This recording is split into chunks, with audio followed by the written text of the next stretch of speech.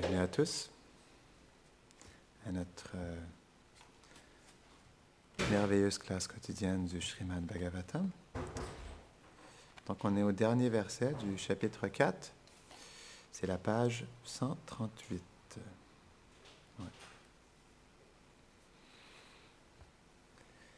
Tammabhikyaya sahasa pratyutaya ketam muni pujayam asavidivan naradam surapujitam. Traduction. Quand il vit Narada, il se leva instantanément et le reçut avec l'étiquette appropriée. Il adora Narada, lui qui était adoré même par les demi-dieux. Commentaire. Le mot Vidivat signifie comme Brahma. Il est le premier être à avoir acquis le savoir védique dans son cœur directement du Seigneur. Puis Brahma le transmit à Narada. Narada est donc le second maître spirituel de la succession de maître à disciple. Il est par conséquent le représentant de Brahma. C'est pourquoi Vyasa le reçoit avec la même vénération. Tous les maîtres composant la filiation spirituelle doivent recevoir les mêmes honneurs. Ainsi se termine le commentaire du 4e chapitre du premier chant du Srimad Bhagavatam pour le plaisir des dévots, en accord avec les précédents précepteurs spirituels.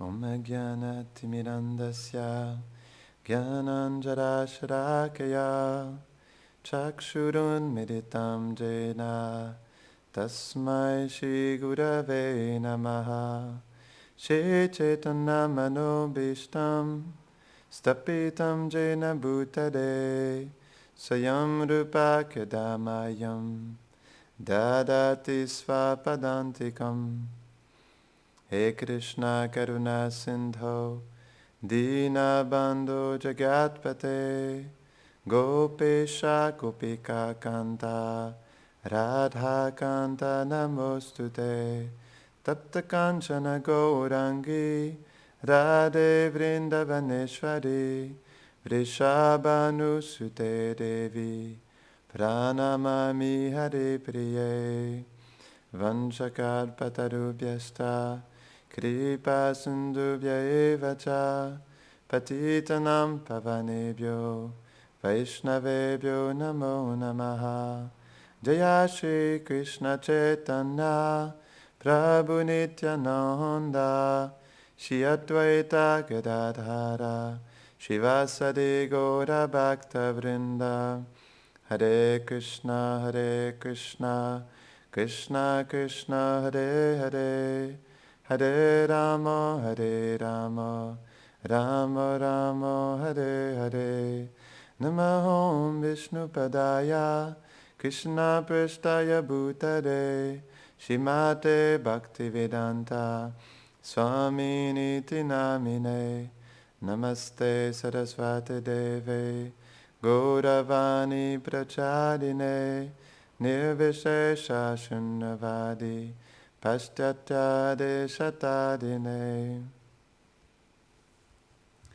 Donc, encore une fois, notre glorieuse parampara, notre succession disciplique, elle est glorifiée. Donc, c'est intéressant de voir que dans ce monde matériel, dans cet univers, il y a 4 filiations spirituelles, non? Des Sampradaya. Donc, il y a une qui vient de Brahma. Donc, nous, on fait partie de la Brahma Madhva Gaudiya Sampradaya. Ensuite, il y en a une qui vient de Shri, de Lakshmi. Il y en a une qui vient de Shiva. Et il y en a une qui vient des Sat Kumara, des 4 frères Kumara. Et donc, Brahma, c'est le premier être créé dans cet univers. Et on comprend, c'est expliqué dans le 2e chant du Bhagavatam que Brahma, il est apparu du lotus de Garbhodaksha Vishnu. Parce que Mahavishnu, comme il est allongé sur l'océan Karana, donc, lorsqu'il expire, des millions d'univers sortent des pores de sa peau. Et dans chaque univers, Garbhodaksha Vishnu, il entre dans chaque univers. Et de son ventre pareil au lotus, de son nombril pareil au lotus, sort une feuille de lotus.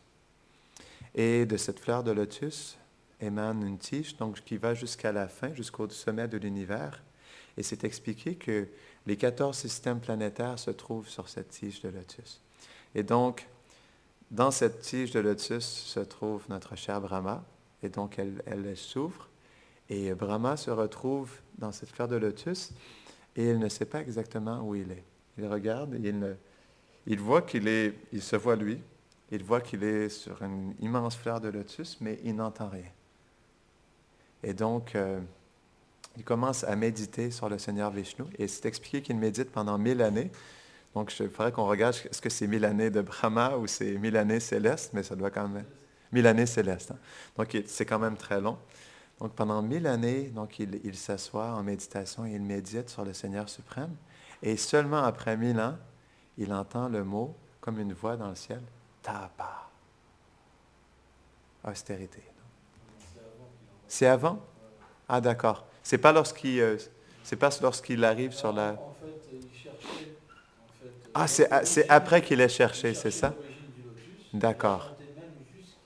C'est ça que je me demandais, est-ce que c'est avant ou après?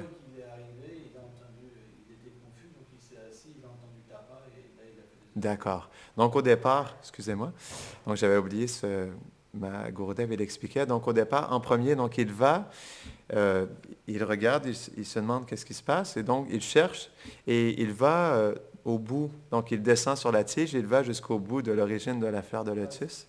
Presque, hein, c'est ça. Et là, il voit le Seigneur Narayan, non? À ce moment, pas encore, non? C'est ça. C'est plus tard qu'il discute avec lui, non? C'est dans le deuxième chant, il y a une discussion entre Brahma et le Seigneur Narayan. Excusez-moi, ça fait longtemps que j'ai lu le premier et le deuxième chant. Et donc, il cherche, mais il n'arrive pas à trouver le Seigneur suprême, et il remonte sur la fleur de lotus. Et ensuite, là, comme l'expliquait Maharaj, ensuite, là, il médite pendant 1000 ans et il entend le mot tapa, austérité. Donc, il accomplit les austérités. Et donc, plus tard, il reçoit les Védas de Krishna. Et c'est même expliqué qu'en fait, c'est Krishna qui joue de sa flûte. Et le son de la flûte de Krishna entre dans le cœur de Brahma. Et donc, c'est aussi le Brahma Gayatri. Et il reçoit par le fait même aussi la connaissance des Védas.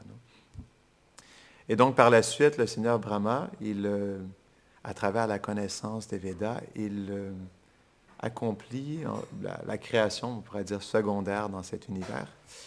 Donc, Brahma, ce n'est pas une personnalité qui est ordinaire. C'est expliqué même que c'est un pur dévot.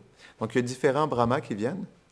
Et c'est même expliqué par nos acharyas qu'il y a des Brahmas parfois qui sont influencés. Donc, parfois, Krishna lui-même vient en tant que Brahma, comme parfois aussi, comme les Rudras, les émanations de Shiva. Parfois, c'est des Jivas, des âmes, et parfois aussi, le Seigneur Shiva aussi vient en personne. Donc, ça dépend des époques et des divertissements. Mais donc, c'est expliqué que le Brahma, en ce moment, est un pur dévot. Et donc, naturellement, c'est lui qui amène la connaissance, et ensuite à Narada Muni, qui est directement son fils.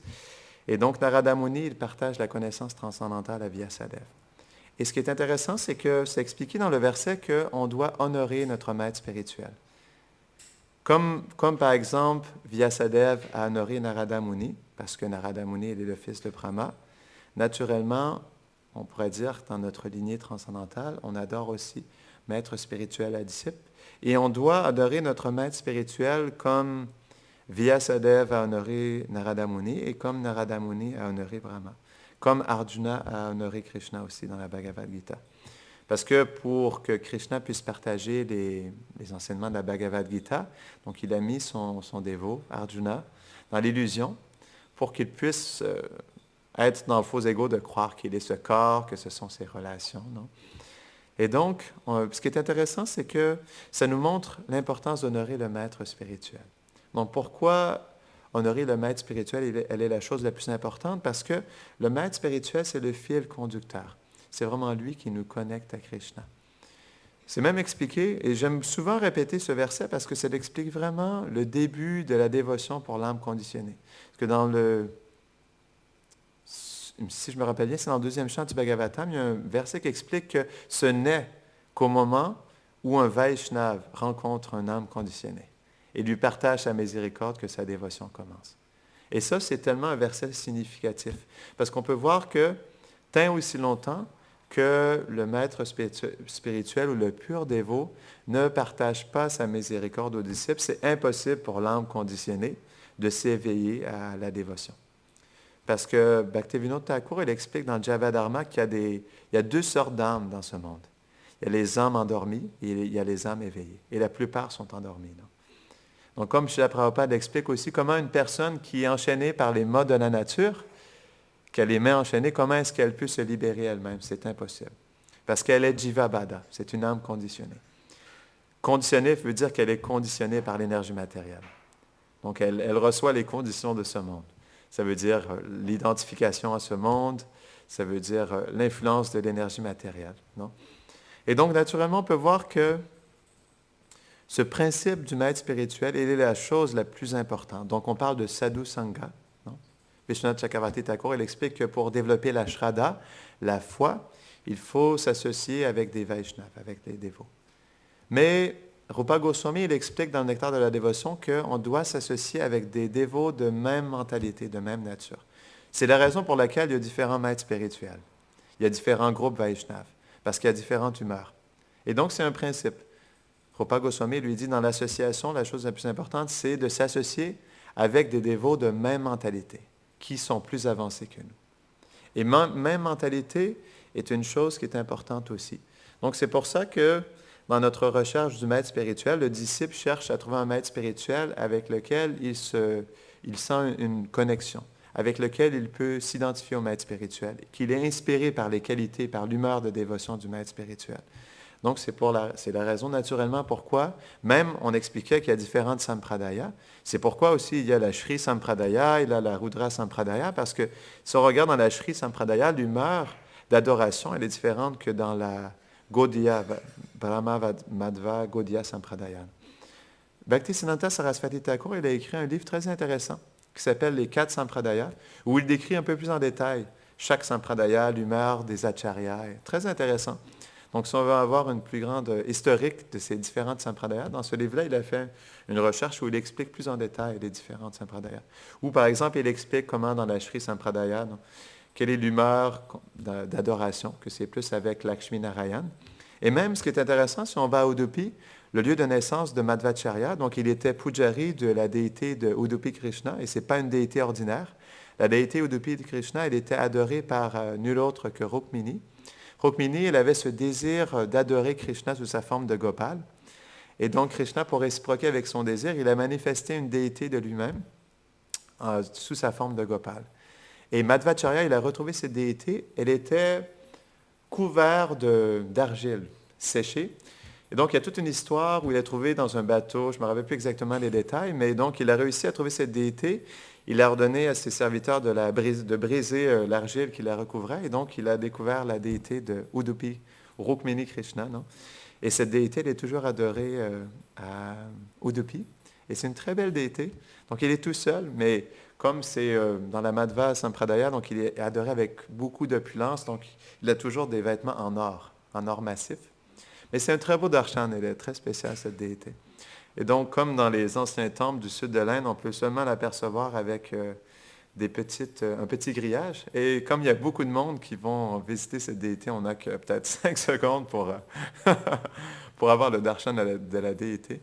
C'est comme, par exemple, la déité, comment elle s'appelle? Il y a une déité dans le sud de l'Inde, à Chennai, où donc il faut faire 10-12 heures d'attente pour voir la déité. C'est une déité de Vishnu, donc où il a les yeux fermés.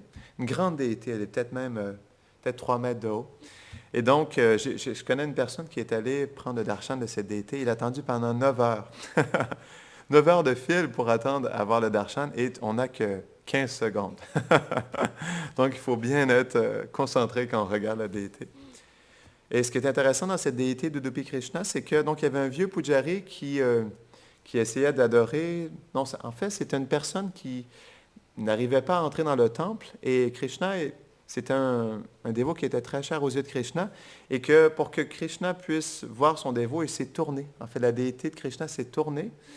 Et c'est la raison pour laquelle, en fait, l'autel a été complètement changé pour que Krishna puisse faire face à son dévot. Donc, c'est une histoire qui est racontée. Et un endroit spécial au Udupi, c'est qu'à tous les soirs, ils sortent une déité de Krishna et ils font un Ratha Yatra, un festival de chariots avec des immenses chariots. Et à tous les soirs, à 7 heures le soir, ils sortent, pas la déité principale, mais une petite déité de Krishna. Et ils font le tour du temple avec cette déité. Et ils font un kirtan, en fait, avec cette déité. Donc, on peut voir que c'est ça, il y a différentes humeurs. Et naturellement, Krishna, comme il est présent dans le cœur de chaque être, il comprend la nature de l'être. Il comprend la nature de sa relation avec Krishna, avec lui-même, dans différentes humeurs. Et c'est pourquoi il le place avec différents maîtres spirituels, dans différentes lignées. Donc, c'est pourquoi on peut voir justement que Krishna, il est derrière tout ça. Qu'est-ce qui fait qu'il y a des personnes qui vont naître en Inde? Qu'est-ce qui fait qu'il y a des personnes qui vont aller dans la Sri Sampradaya? Non? Naturellement, Krishna, il fait tous les arrangements pour que chaque être soit connecté à lui. Et c'est pourquoi, justement, pour en revenir à ce que Rupa Goswami disait, c'est ça qui est important. Lorsqu'on recherche le refuge du maître spirituel, on doit prier à Krishna dans notre cœur de nous guider à ce maître spirituel qui pourra nourrir cette dévotion qui nous est la plus chère, qui est naturellement dans notre cœur et qui est faite pour être développée par le maître spirituel. Et ça, c'est quelque chose de très important. On ne veut pas juste recevoir un maître spirituel, mais on devrait prier dans l'intention de connecter avec un maître spirituel qui pourra éveiller notre race intérieure. Et ça, c'est un principe important. Donc, pour en revenir à tout ça, le respect du maître spirituel, on avait expliqué un peu l'autre jour à quel point le maître spirituel, il est important dans notre vie. Et on avait touché un peu sur le sujet que le maître spirituel, pour nous, il est même plus important dans notre vie que Radha et Krishna, dans le sens où il est notre connexion.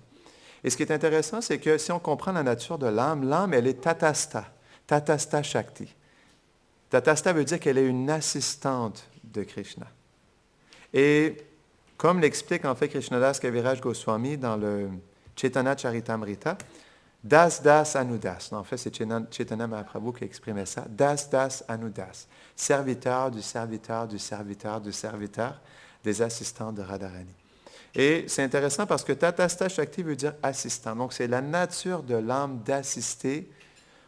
On peut même dire pas d'assister Radha et Krishna, mais d'assister les associés de Radha et Krishna. C'est pourquoi on ne devrait jamais penser qu'on a une relation directe avec Radha et Krishna. Parce que de toute façon, on pourrait dire que ce n'est pas la nature du Jiva. Le Jiva, il assiste les associés de Radha et Krishna. Parce que c'est un principe. Comme on est des âmes conditionnées dans ce monde, l'âme conditionnée, lorsqu'elle retrouve sa véritable nature, elle est d'assister les associés de Radha et Krishna. Et c'est un point intéressant parce que si on médite sur les associés éternels de Radha et Krishna, on peut voir en fait que les associés éternels de Radha et Krishna sont des expansions de la forme de Krishna ou de Radharani. Non? Et donc, comme ils sont des expansions de leur qualité aussi. Donc, l'association des associés éternels de Radha et Krishna n'est pas une association ordinaire, parce qu'ils manifestent tellement des qualités de Radha et Krishna. Et comme en fait ils portent en leur cœur Radha et Krishna, leur association nous met dans l'association de Radha et Krishna. Donc c'est pourquoi on devrait tellement apprécier le maître spirituel, parce que le maître spirituel nous connecte à Radha et Krishna. Et en fait, c'est à travers notre relation avec le maître spirituel qu'on découvre notre relation avec Radha et Krishna. Et ça, c'est tellement un principe qui est précieux dans notre vie. Parce que lorsqu'on prend refuge d'un maître spirituel qualifié, parce que Srila Prabhupada explique ça dans le nectar de la dévotion, que la conclusion de la dévotion est d'être introduit à Vrindavan par un associé éternel de Radha et Krishna. C'est la conclusion du Bhakti Rasamrita Sindhu. Que sans l'introduction par un associé éternel, c'est absolument impossible d'entrer à Vrindavan. C'est pourquoi le maître spirituel qualifié, en fait, c'est le maître spirituel qualifié qui nous introduit à Vrindavan. C'est ce que Prabhupada explique, que Rupa Goswami explique dans le nectar de la dévotion. Et lorsqu'on aussi on cherche à prendre refuge d'un maître spirituel, ça devrait être aussi notre profond désir de demander à Krishna. Donc, Narayan Maharaj, il expliquait ça aussi. Gaur Govinda Maharaj, il expliquait ça dans son livre « L'adoration des pieds de lotus de Sri Guru ». Donc, tous les acharyas l'expliquent. L'adoration du pur dévot est la chose la plus importante. Tous les acharyas expliquent ce principe. Parce que c'est réellement lui qui nous connecte à Radha et Krishna. Et c'est lui qui nous introduit à Vrindavan. Bhaktivinoda Thakur, il explique ça dans le Jaiva Dharma aussi.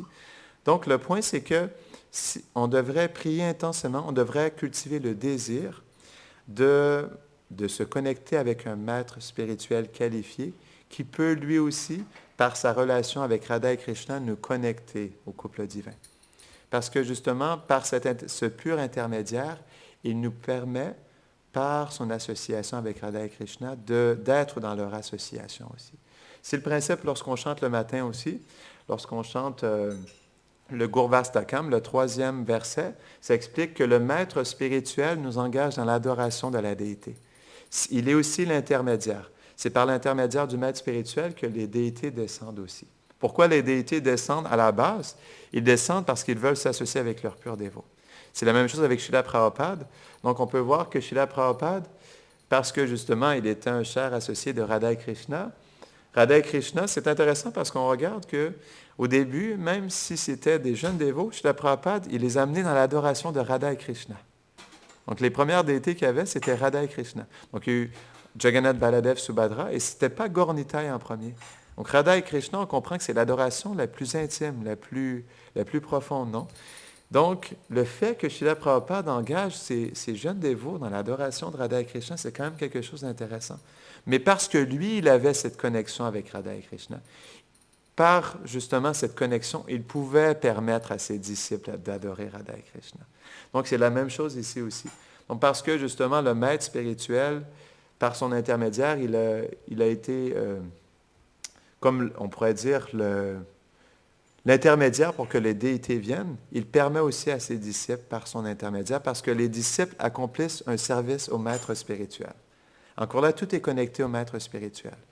Parce que Srila Prabhupada expliquait que c'est lorsque un maître spirituel donne une instruction, avec cette instruction vient aussi la qualification. Il expliquait ce point-là par rapport au service au Vaishnava. Il disait que comme par exemple un juge, donc si on regarde un juge de la Cour suprême, le juge, pour qu'il puisse s'asseoir sur le siège pour présider la Cour suprême, il doit être qualifié. Donc il doit avoir montré différentes qualifications dans sa vie. Donc, il est devenu avocat, il a passé le barreau. Donc, il s'est démontré dans son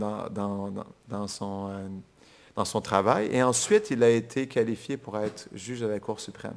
Mais Prabhupada, il explique que dans la dévotion, ce n'est pas exactement la même dynamique. Parce que le service de dévotion, c'est quelque chose de transcendantal. Ce n'est pas du tout quelque chose de matériel. Et comme c'est transcendantal, ce n'est pas du tout limité par les règles de ce monde. Donc, Prabhupada expliquait, comme le juge s'assoit sur le siège, on devrait s'asseoir en premier et être qualifié à la suite. Donc, c'était l'humeur de Prabhupada, c'est ce qu'il expliquait. Même si on n'est pas qualifié, et on voit comment il a engagé ses disciples, comme par exemple dans l'adoration de Radha et Krishna, dans la prédication aussi, d'ouvrir des temples au beau milieu de nulle part, où ils ne connaissaient même pas la langue, où ils ne connaissaient même pas la coutume, où ils ne savaient même pas comment faire ci ou faire ça. Donc, par foi dans l'instruction du maître spirituel, ils ont été mis en pouvoir. Donc, il expliquait, on s'assoit en premier et ensuite on devient qualifié. Et ça, pour le disciple, c'est quelque chose qui est important. Même si on n'est pas qualifié, on doit avoir confiance en l'instruction du maître spirituel. Parce qu'avec l'instruction vient aussi la mise en pouvoir. Ça, c'est un principe.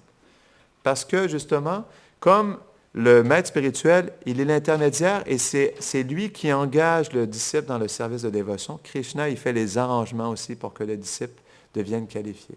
Mais ça dépend aussi de la foi que le disciple a en l'instruction du maître spirituel. Et ça, on le voit vraiment bien dans les disciples de Srila Prabhupada. À quel point ils ont été capables de faire des choses extraordinaires de leur vivant. Peu importe qui ils étaient.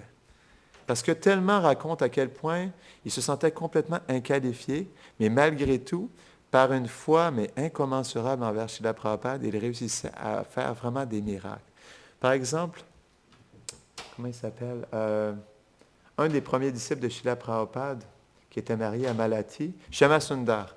Shama Sundar Prabhu, il explique, c'est quand même touchant, son partage sur Srila Prabhupada, ça dure 1h30, et c'est très touchant. Il explique à quel point, justement, dans la compagnie de Srila Prabhupada, lorsqu'il ouvrait la porte, parce qu'il était très présent avec Prabhupada au début. C'est lui qui était là à San Francisco. C'est lui qui a fait les premières déités de Jagannath, Baladev et Subhadra. Et il expliquait qu'à chaque fois qu'il ouvrait la porte de la chambre de Srila Prabhupada, il se demandait quel miracle ce jour-là allait apparaître. Parce qu'à chaque jour, il voyait des miracles. Non?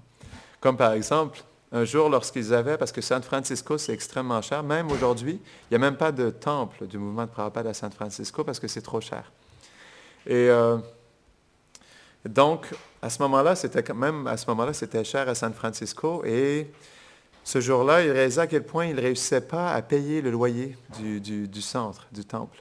Donc, il se demandait qu'est-ce qu'il allait faire. Et donc, il était dans cette méditation. Il devenait anxieux du fait qu'il n'avait plus d'argent pour payer le loyer. Ça faisait même 3 mois qu'il ne réussissait plus à payer le loyer. Et comme par magie, mais c'est ce qu'il explique, hein, il marchait dans les rues de San Francisco et il a vu 7 billets de $100 US voler dans le ciel en face de lui. Et il se déposait sur le sol en face de lui. Puis il regardait ça, puis waouh! Il a compris à quel point, justement, Krishna, c'est ce qu'il disait, ouais. Il disait, avec Prabhupada, on sentait la présence de Krishna. On sentait à quel point Krishna était présent dans notre vie. À chaque instant, lorsqu'on faisait nos services, lorsqu'on faisait des choses, mais pratiquement impossibles, on sentait vraiment la présence de Krishna.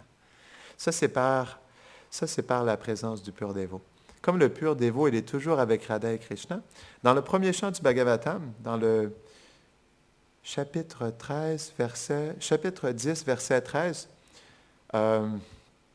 Vidura, il partage cette prière à Yudhishthira Maharaj. Il explique, comme tu es un pur dévot du Seigneur Krishna, partout où tu vas, chaque endroit où tu vas, ça devient comme un lieu de pèlerinage, parce que Krishna est présent dans ton cœur.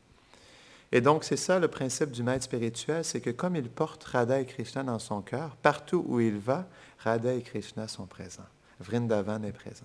Et ça, c'est à quel point l'association avec le maître spirituel qualifié, elle est essentielle. Parce que, comme le maître spirituel porte Radha et Krishna dans son cœur, lorsqu'on s'associe avec le maître spirituel qualifié, on s'associe avec Radha et Krishna. On est dans la présence de Vrindavan. Parce que, donc, quand le maître spirituel engage les disciples dans l'adoration de la déité, donc les déités sont présentes par justement l'instruction du maître spirituel, mais ça ne veut pas dire qu'avec le temps, les déités vont rester. Ça va dépendre aussi avec le temps on pourrait dire de la dévotion des dévots. Donc, malgré le fait que par la miséricorde du pur dévot, les déités soient manifestées, manifestent leur présence, leur miséricorde, il en tient aussi dans le futur, génération à suivre, aux disciples et ensuite aux prochains disciples à venir, de maintenir ce standard de dévotion pour que les déités aient envie de manifester leur présence.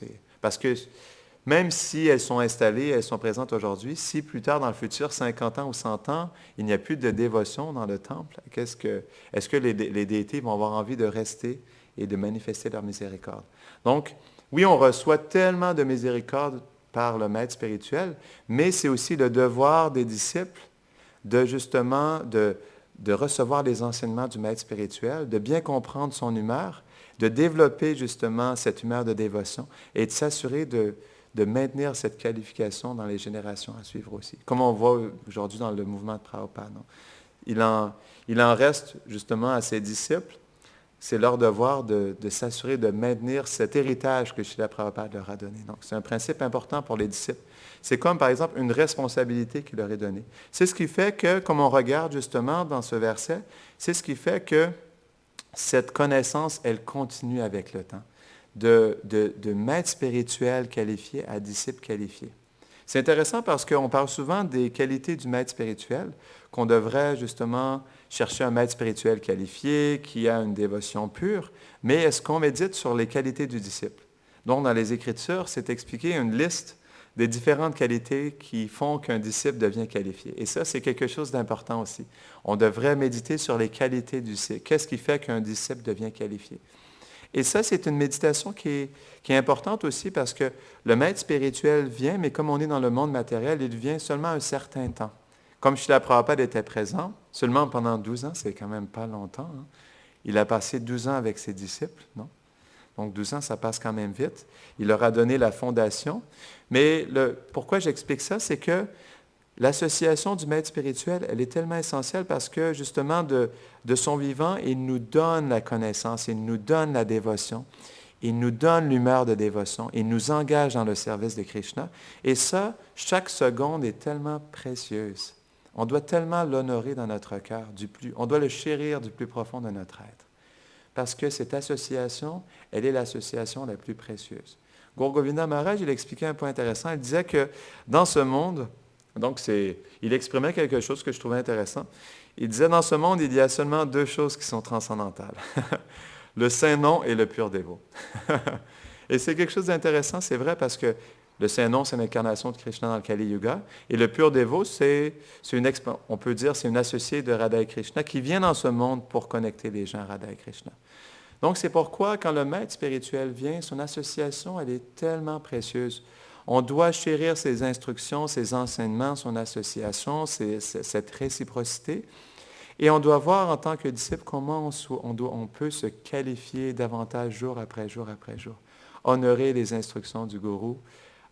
S'associer aussi, parce que s'associer, ça ne veut pas dire être dans l'association physique du maître spirituel, mais c'est essayer de découvrir son cœur, de comprendre son cœur.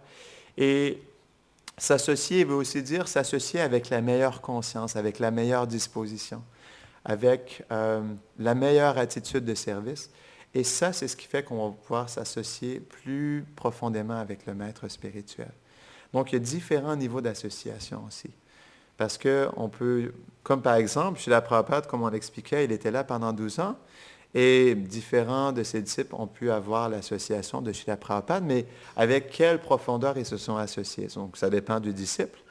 Mais c'est là où on peut voir justement que l'association, elle est précieuse, mais si on réalise à quel point, le plus on va réaliser à quel point elle est précieuse, le plus on va vouloir s'investir dans notre relation avec notre maître spirituel. Parce que bien souvent, dans notre vie, dans tous les jours, on développe ce qu'on appelle des habitudes. Donc, on peut même dire qu'on devient habitué à chanter le Mahamantra, à faire notre service, à adorer la déité, à s'associer avec les dévots. Donc, ça peut même devenir une habitude. Comme ça peut devenir une habitude où on devient familier avec nos frères et sœurs, ça peut devenir une habitude avec notre maître spirituel où on oublie à quel point cette association, elle est la chose la plus précieuse dans notre vie. Et c'est pour ça qu'à tous les jours, lorsqu'on se lève le matin, c'est ce qu'on fait lorsqu'on se lève, on s'agenouille et on offre nos obéissances à notre maître spirituel, à notre parampara. Et c'est un moment où on devrait toujours se rappeler à quel point on est fortuné d'avoir une autre journée à pouvoir servir notre maître spirituel et les déités. Une autre journée à pouvoir chanter le Mahamantra, à pouvoir s'associer avec les Vaishnavas, lire le Bhagavatam. Donc, à tous les jours, c'est ce qu'on appelle la gratitude. C'est une qualité qui est tellement importante pour le Vaishnava, parce qu'elle nous permet de toujours être dans une bonne disposition. Le plus on découvre la gratitude, le plus on va vouloir servir notre maître spirituel et les Vaishnavas. La gratitude, c'est une qualité qui est importante parce qu'elle nous fait développer l'humilité. Elle nous permet de voir à quel point nous sommes fortunés d'être dans l'association du gourou et des Vaishnavas. Et donc, c'est pourquoi, justement, on va conclure là-dessus, mais c'est pourquoi on devrait adorer notre maître spirituel comme on adore Radha et Krishna. Parce que c'est seulement par sa présence qu'on est ici aujourd'hui. C'est vraiment par sa miséricorde qu'on est connecté. Et ça, c'est notre plus grande fortune. Srila Prabhupada, il expliquait ça. Il disait, c'est moi en réalité. C'est moi qui vous ai donné. Il parlait à ses disciples, il leur disait. Donc, certains de ses disciples lui demandaient, comment ça se fait que nous sommes tes disciples? Qu'est-ce qui fait que nous sommes dans ton association? Et Srila Prabhupada, il leur disait, pensez pas tous que vous êtes qualifiés. Il leur a dit, c'est moi qui vous ai donné votre bonne fortune. C'est grâce à moi que vous êtes ici. Et je vous donne la qualification par laquelle vous pouvez vous engager dans le service de dévotion. Donc, c'est intéressant parce qu'on peut voir, c'est par la miséricorde du maître spirituel qu'on reçoit la bonne fortune pour s'engager dans le service de dévotion. Donc, on va terminer ici. Est-ce qu'il y a des questions, des commentaires? Est-ce que tu veux rajouter quelque chose, Gordon? Jai Shrimad Bhagavatam Ki Jai.